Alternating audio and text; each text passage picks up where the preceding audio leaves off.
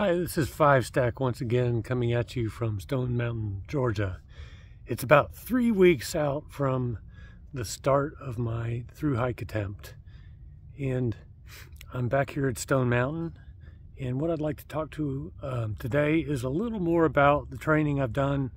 I just want to go into a little more detail and a little more about vlogging, video logging in general.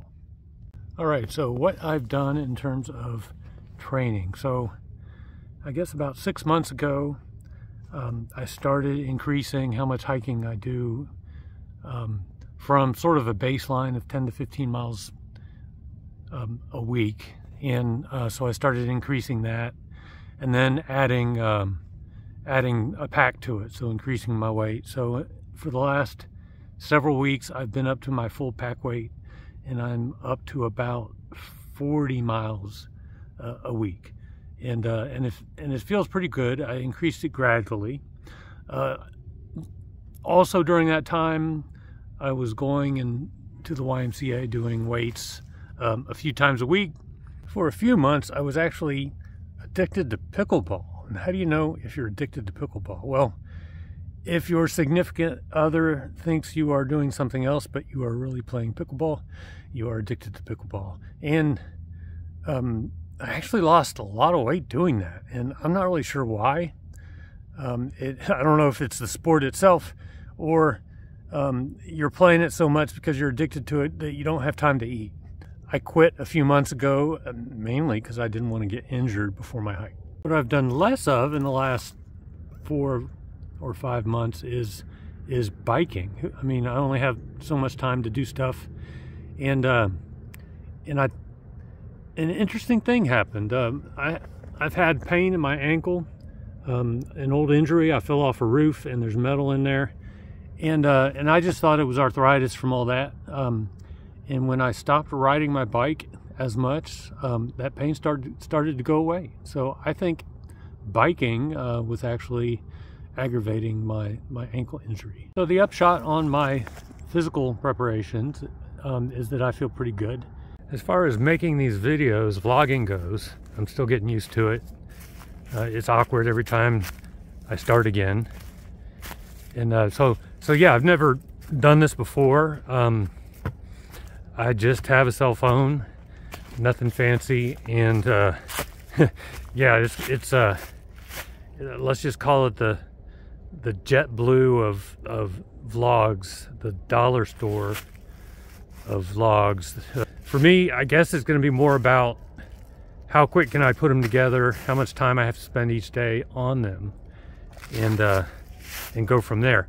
There are many other hikers, as a lot of you know, that do vlogs, and a lot of them are just amazing productions. I mean, if you're interested in the beauty of the trail and the effects and all that, I encourage you to go find them. And a lot of these people, they have YouTube channels that they've had for a long time. They've monetized them, so they actually earn money the more people that follow and like and watch them.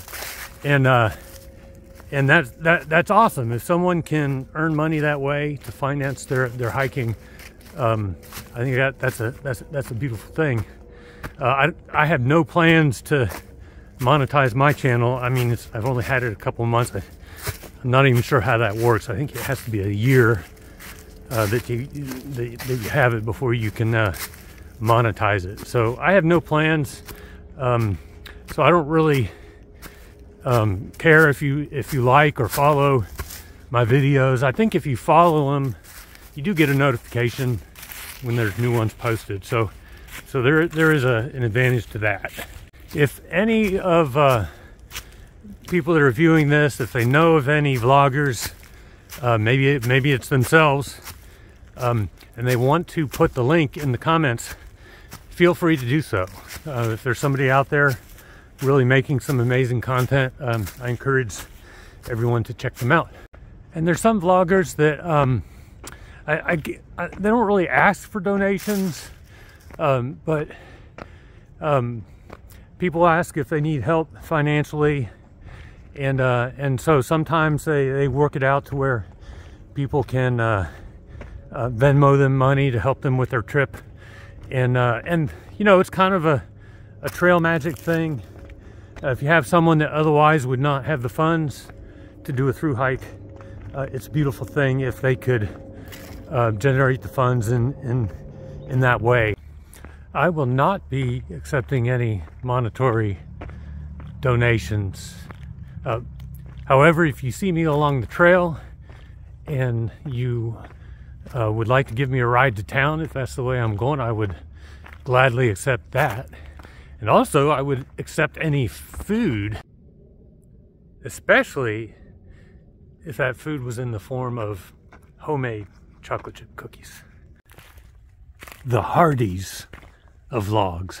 So when I'm not training or figuring out how to do these vlogs, I'm doing stuff around the house. Whenever someone retires, you get the list out, but the list is a lie.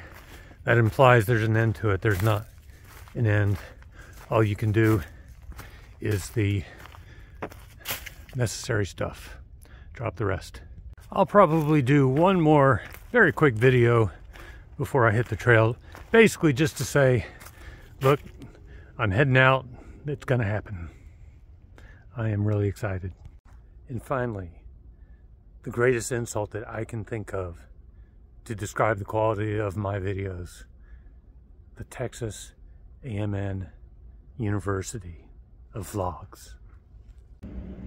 Look at that, it's a deer.